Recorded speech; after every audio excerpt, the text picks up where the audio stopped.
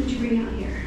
I'm bringing toys. Nice. Hey guys, how's it going? So today we are working on a couple of different things. We're starting off here in the Hartley to pot up a bunch of Amaryllis. Samantha Grace is going to be helping us out a little bit today. Yes. Yes? You excited? Yes. And then when we're all done, I would like to show you through our root cellar. Oh, that is just the best pile. That's the best pile, yes. So I do want to show you through our root cellar because Paula has been working on building some custom shelving in there for us, and it's going to be so much better than it used to be. Oh, that is just looking good. And you're being so super duper careful. Good job, baby. This is our setup. I just thought it would be so pleasant to be out here today doing this project. We've got, I think 10, 2, 4, 6, 8, 10, 12, 13. 13 Amaryllis bulbs here. We've got 3 of the white nymph, which are double white, so pretty.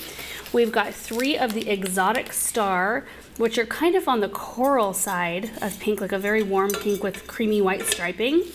We've got 3 cherry nymph, which is the double red, very bright and beautiful. And then we've got the Rilona, is that how you say it? R-I-L-O-N-A. Which is the beautiful salmon. Oh, I love that. And then we've got 1 of the ambiance, which is the red and white. This is the soil we are using right here. We just opened up a fresh bag. And then I've got a selection of pots. I'm not sure exactly how it's gonna go, except for I do know that I think it'd be fun for Samantha to pot up this one for Aaron's mom. I think she would like that one. It's so pretty, and we're dealing with some pretty nice bulbs. I see that pile. It looks beautiful. Look at the roots and the bulbs on these things. Just love it. This one feels bigger. Let's see. Oh my. This is bigger Dang. in the bath. This is bigger in the bath. Is that bigger than the bath? Bigger in the bath. Really? And dirt in there. Oh my. So just a few things about Amaryllis. I usually grow ours as annuals, to be honest. Like I don't try. I used to try to get them to rebloom. We live in a cold enough climate to where we can't plant them outside in our garden. We have to treat them as houseplants through the winter. And while I still have a couple, like this one right here, we even made this little fence around it to keep it from toppling when it was blooming last year. And then we've got this one right here. It's a little trio. Gardener Supply sent that one out. It's really beautiful blooms on that one. But it can be such a process to get them to rebloom because they need a cold, dark period. And then just getting all the timing right and all of that. And then only really having, I don't know what my success rate was, but it wasn't large enough or great enough to make me want to keep doing it. So anyway, I usually grow these, let them bloom, enjoy the blooms, and then I rehome them. So if that's how you want to handle your Amaryllis after you've enjoyed them for the holiday season, more power to you. I don't think there's anything wrong with that. It's kind of like poinsettias. I don't think, probably the majority of us don't try to keep them from year to year and try to get them to, recolor for each holiday season. It's just kind of a seasonal plant. But they do make for an amazing gift because they are easy to take care of. They grow fast, bloom for quite a long time, and they're just super showy and fun. Now, as a general rule of thumb, the larger the bulb size, the more stalks you will get and the more blooms per stalk you will get. So something like this, and sometimes they're labeled like colossal or grade, I don't know if they grade them by like letter, grade A or grade 1, I'm not sure. Anyway, but something like this size, you might get 3, 4 bloom stalks, possibly more, and several blooms per stalk. Something more like this right here, this is the exotic star. One of the varieties that's usually I don't see the bulbs come a whole lot larger than this, but we might get a couple of stalks with maybe fewer flowers. So that's the difference there. Let me put them side by side. Oh, I see that. Yep, you keep filling them up, huh? Filling up. I mean, that just makes sense. You can see the difference there.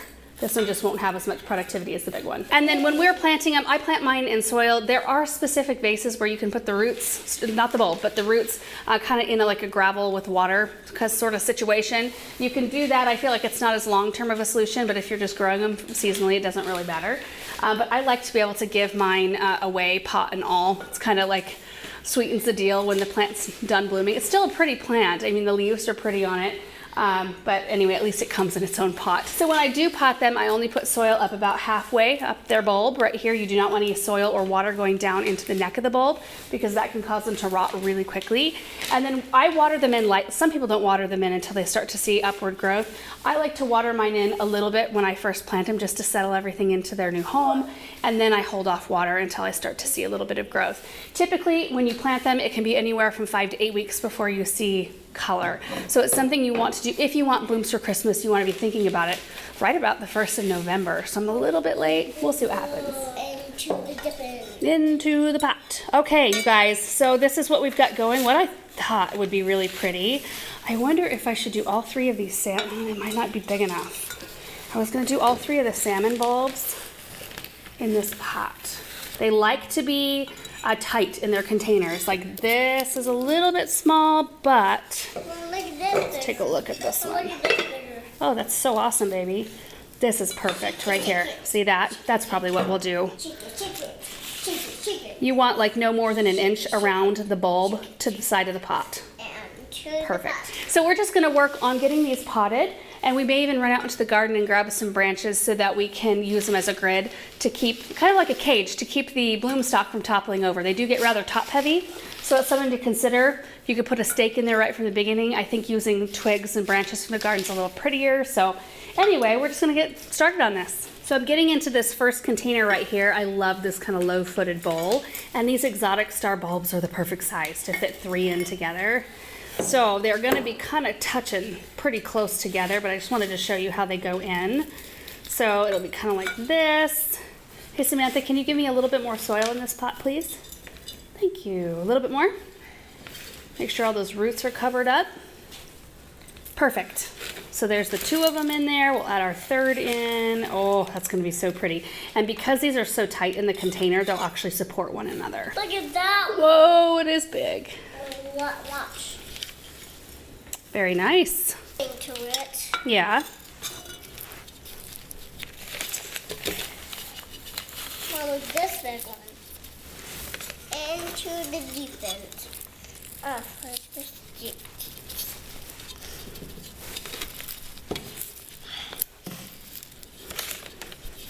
And look at this bigger. That looks great. Yes, and dip into it. Mm-hmm. Yes, I guess. Yes, I guess. Oh, it's too much. That's too much, Mom.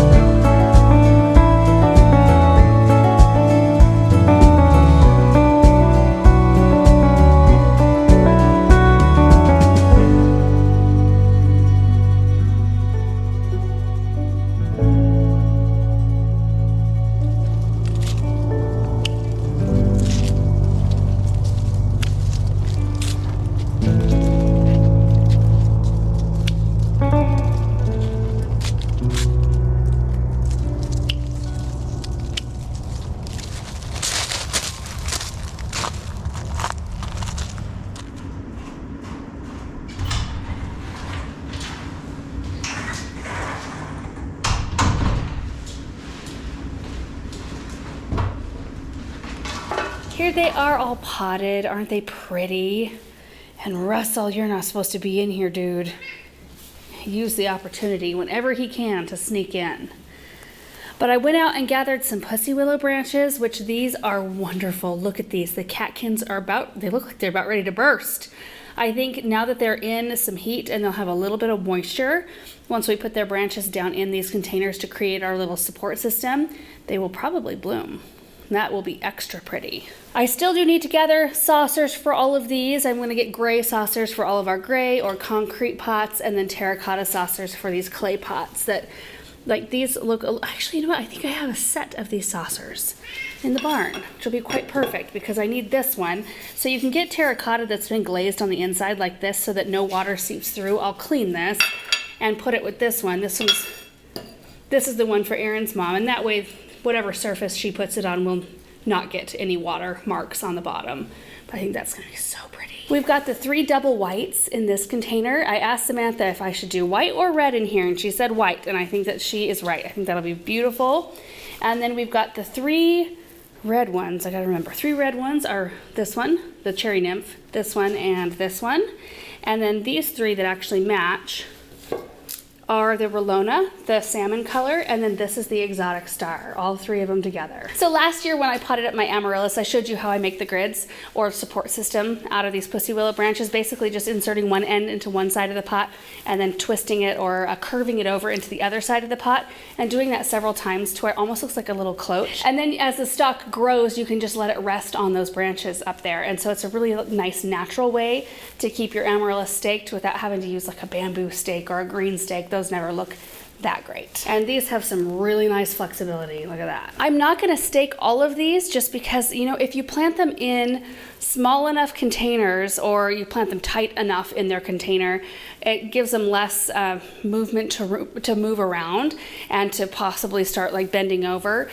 But sometimes just the stalk itself, it's not the bulb, it's the stalk itself, kind of wants to bend over at the base.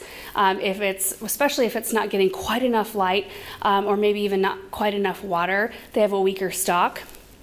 So it's nice to have something like this in place. And then I think I'm gonna leave all of these Amaryllis out here in the Hartley. I think they'll be absolutely beautiful in here. And as I start decorating inside, I might move a few in if they work into a display.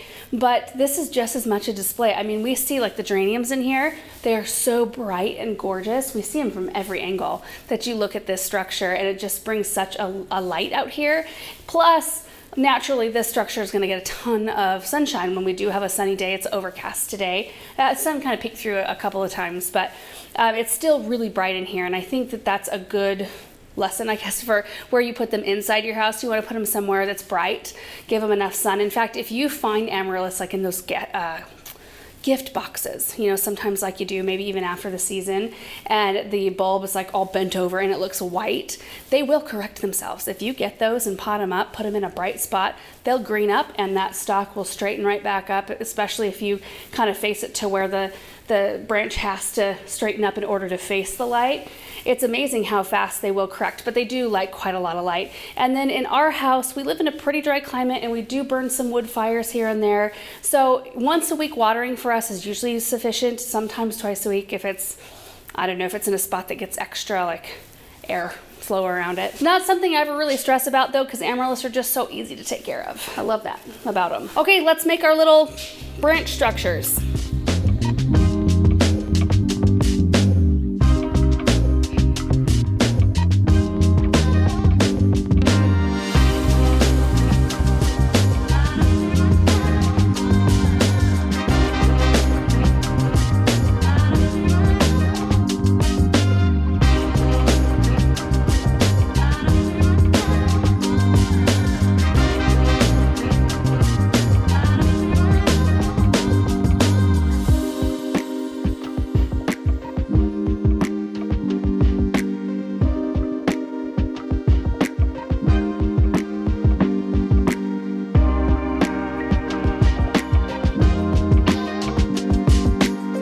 Got them all done, got the area cleaned up, and then I went ahead and watered those as well as everything else in here. So the majority of them are right over here, and they are so pretty.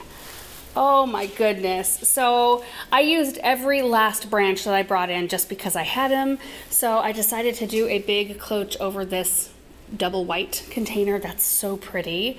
I mean, that brings so much vertical interest already without even having any plants in there growing yet. And then the exotic star, right? So a cloche over that. And then this was a single branch right here. You can see the main stem right there. So what I did is I just curled all the branches around to where I kind of liked how it looked. and then pinned them all down with a landscape staple. I just ran out into the flower bed and scraped up some mulch and found one. But it's kind of like a wild, unique look for that container. And then these I will add bracing if I need to later on. We'll see what happens. And I'm one saucer short, so I need to run and grab one of those, but I was able to find gray ones and terracotta to match the containers. But I think they're so pretty all in one big bunch right here. And then the other one is just sitting here in the middle of the table. This is the one that's gonna go to Erin's mom, Sue, until we have a chance to run over and give that to her. That way it's out here happy in the light, and you can see that I did water everything, so that one's had a little bit of moisture. So at this point, I'll wait till I see some growth and then I'll start watering regularly, but they should be very happy in here. Also, quick update on that centerpiece that I recently planted. It's doing really well and it's gorgeous. I just love looking at it. I love seeing it here in this corner. It's so pretty. I moved it to the corner after having it in the center of this table because it was still getting a little bit too much sun right here. The sun is lower in the sky this way, and you can see we have the shades rolled out, but we wanted to roll them in and have the whole thing just look open and fresh and airy in here. We came in here to film a project and it was so sunny that we rolled those back out. So it might be okay to move it back to the center of the table, but I really like it in that corner as well. And everything else is doing great in here. There's Douglas. And I have been working on kind of condensing. I'm gonna be moving this out like in the next week probably so that we can start our tree in here. And I'm excited for that. I'm not planning on doing anything real major with my Christmas trees in terms of new stuff. I think I kind of want to almost low-key it a little bit. So we'll probably do something very similar to what we had last year, but I enjoyed it so much. I loved it. It was like the orange slices and the glass ornaments and like mirrored ornaments. It was very peaceful to me. And I'll probably bring you along for that process as well. Last year we did a fresh cut tree out here, and while that was fun, it reminded me of all the work it takes to keep a fresh cut tree in an interior space very happy. Like tons of water. I mean, it took so much water, and I had to come out here twice a day and check on it, and that's a pain. I don't really want to do that. So end of Christmas season last year, I knew I didn't want to have to do that this year, so I bought a nice tree at a really good discount right after Christmas, so I've been hanging on to it. We set it up real quick just to make sure the lights were working last year, like first week of January, and then boxed it back up, and it's been in the loft. So I'm excited to bring that out to see what it looks like in here. Anyway, let's run to the barn. In the meantime, while I'm walking over there, let's show you guys what Paul did. I know he set up a camera while we were working on this project and captured just the kind of the building process.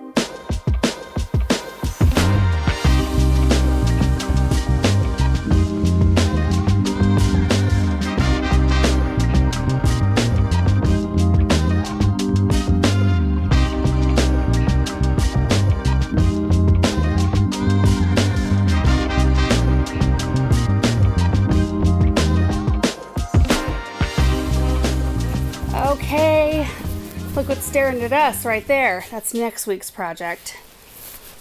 Anyway, let's take a look. It's 38 degrees in there currently, 75% humidity. Oh yeah. So this is the shelf he just built, which I'm sure you just saw that. The thing about that that's wonderful is that he built these specifically to hold 2 of our bulb crates. This is how we store most of our dahlias, well, all of our dahlias. And now we can store butternut squash in those. We've got onions in a lot of them. We've got potatoes down here. There's crates of onions as well. And there's still plenty of room for our stacks of baskets. That's how we do a lot of our potatoes. More onions right in here. Oh, but this is what I'm most excited about. So this is the first shelf he built right here. Sorry, I can't back up any further to get a real backed up shot. But now we can do just 2 crates on top of each other. And it's 1, 2, 3, 4, 5, 6, 7 crates high, basically, is what we can do. And before, we were stacking these crates 7, one on top of the other, just straight on the floor. So when you needed something from that 7th crate at the bottom, or when you were doing a check on your dahlias during the winter, it's a total pain because you had to take every single crate off to get to that bottom one. And now it's going to be so easy just to slide out what you need and go for it. Of course, we'll be organizing a little bit more. Like once we get more dahlias in here, the greenhouse is so full of tubers right now. We're going through and just removing all the damaged ones and prepping them. I think that every last bit of this will be used for dahlias as well. So we'll reorganize a bit, but I'm just so thrilled. And right on the floor here, we've got crates of shallots. There's more onions. And these are the dahlias we've already gotten all packed up right here. And you guys, this root cellar is roughly 6 by 9, like 6 by 9 right here. So it's not huge. And then we have an AC unit that has a cool bot attached to it. And that right there is what helps us get the temperature low. And then we have our fan going full blast to keep the humidity down right now. I also keep a small floor heater in here, and it's set on minimum thermostat. So it will kick on if it gets close to, there we go. If it gets close to freezing in here because of this flap being open to the outside, it will kick on and just take the edge off. It is not a foolproof or real easy system. We're still trying to figure it out, but the CoolBot is the thing that overrides the air conditioner, because I think that the air conditioners that we can get here, like the ones you can just pop in the wall like this one, they have something to where you can't go below a certain temperature, but the CoolBot allows you to do that somehow. I don't know how it all works. And somehow it's all connected to this thing right here, so I can always see what's going on. We've also been running a dehumidifier in here to try to keep humidity levels in check. You know, we never had humidity issues in this room until we had the lights added in here. See all the lights? Right here, and then on the other side, and up in the loft. And so they had to turn off, I mean, of course, they had all the electric off in here when they weren't getting those wired up. And somehow it tripped something in that room, and it just like disconnected something. We had to have them come back and kind of work on it. And ever since then, I don't know, it's like we had it just right on that fine line between where it was working and where it wasn't working, but it was doing okay. And it just took that one project to kind of kick it into like, it doesn't know how to regulate itself. So we're just trying different things out. Thankfully, it's kind of maintaining right now. And I'm good with 75% humidity. I would kind of rather it be like right around 60 if it was ideal, but everything usually does pretty decently in there. So huge shout out to Paul for building those shelves, because that is a game changer. When you can have things be more efficient to use and more pleasant to use, it makes everything nicer. That leads me to one other update I want to give you. I remember that one of you guys recently asked me if I had any regrets from any projects that we have done in the past, like would I have done it differently? And I couldn't really think of anything. I had to think of it for a while, and then I did think of one thing, and it was that when we had the water, the frost-free hydrant run out here, which we had a trench from here all the way to the main wellhead, which is over there kind of by the fireplace. So the trench came out by the truck and then straight down this way.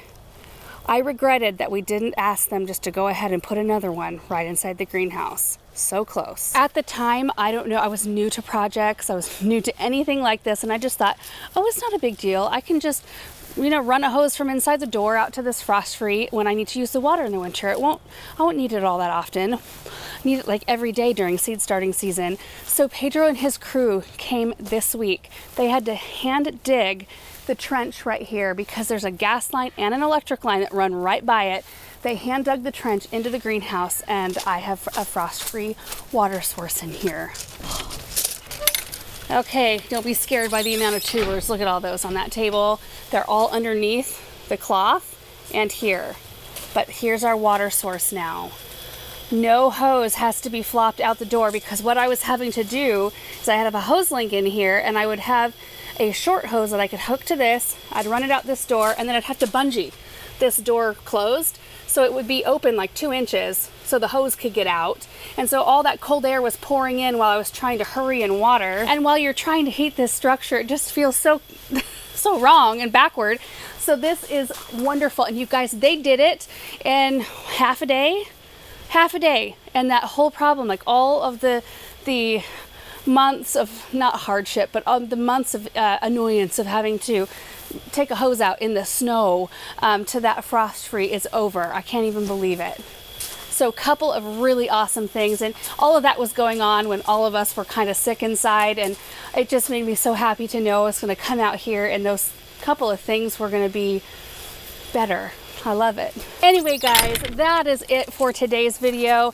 Super excited to have my Amaryllis, and I always feel like I'm a little bit late to the game doing that because I've got other things. Usually it's the dahlias and things like that that are kind of on the forefront of my brain, or hurrying to get things planted outside. So I'm glad that those are in and they can start to grow, and it's always fun to have the kids out here for as long as they want to be. You see, I lost them there after a while because they were tempted by some cookies inside. Anyway, thank you guys so much for watching this video. I hope you enjoyed it. I hope you're having a great day, and we will see you in the next one. Bye.